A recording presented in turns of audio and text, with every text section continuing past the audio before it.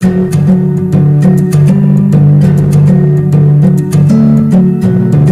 Friends, आज हम चक्रवृद्धि ब्याज में गुना पर आधारित प्रश्नों को हल करेंगे। तो पहला प्रश्न हमारे पास से देखिए, कोई धन चक्रवृद्धि ब्याज पर 3 वर्षों में अपने का 3 गुना हो जाता है, वही धन उसी दर से कितने वर्षों में 9 गुना हो जाएगा। तो देखिए, इसके लिए हम एक फार्मूला या ट्रिक का प्रयोग करते हैं। तो यहाँ पर n1 की पावर 1/t1 बराबर n2 और यहाँ पर 1/t2। तो n1 और n2 का मतलब है पहला गुना और ये दूसरा गुना। तो देखिए कितना गुना हो रहा है, तो गुना पहला गुना 3 गुना कितने समय में, 3 वर्षों में, तो 1/3। अब देखिए यहाँ पर n2 कितना गुना दिया है, 9 गुना। तो देखिए 9 गुना और कितने समय में, मतलब हमको दूसरा समय ज्ञात करना है। अब देखिए इसको हम 9 को इस रूप, जैसे पहले वाला जो गुना है, इस रूप में बनाने का प्रयास करते हैं। तो देखिए क्या करेंगे हम, 1/3 पूरा ऐसे ही 9 को हम क्या लिख सकते हैं, 3 का स्क्वायर लिख सकते हैं और यहाँ पर 1/t2। अब देखिए इसका गुणा 1 से कर दीजिए, तो 3 की पावर 1/3, इसको वैसे ही रहने देंगे।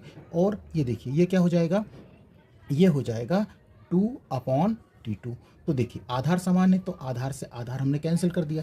अब हम क्या होगा, हमारे पास क्या बचा, पावर में 1/3 बची पावर और 2/t2 बचा है। अब इनका त्रियक गुणा कर दीजिए आपस में, तो t2 बराबर आ जाएगा 3 का 2 में गुणा करेंगे तो कितने वर्षों में, 6 वर्षों में। तो ये इसका सही आंसर है। दूसरा प्रश्न हमारे पास है, कोई धन चक्रवृद्धि ब्याज पर 5 वर्षों में 2 गुना हो जाए तो उसी दर से 8 गुना कितने वर्षों में हो जाएगा। तो इसके लिए भी हम क्या करेंगे, क्या है फार्मूला हमारे पास है, गुना की पावर 1/t1 बराबर गुना की पावर 1/t2। तो देखिए पहला गुना कितना है, 2 गुना, कितने वर्षों में हो रहा है, 5 वर्षों में, तो 1/5।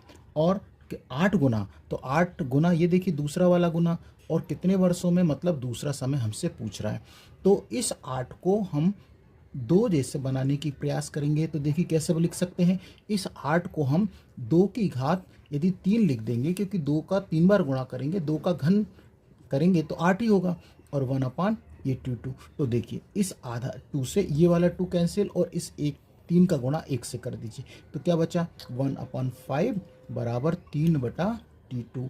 अब इनका आपस में त्रियक गुणा करेंगे तो हमको क्या प्राप्त होगा, t2 बराबर आएगा 5 या 15 वर्षों में। तीसरा प्रश्न हमारे पास है, एक धन चक्रवृद्धि ब्याज पर 4 वर्षों में 2 गुना हो जाता है, वही धन उसी दर से कितने वर्षों में 16 गुना हो जाएगा।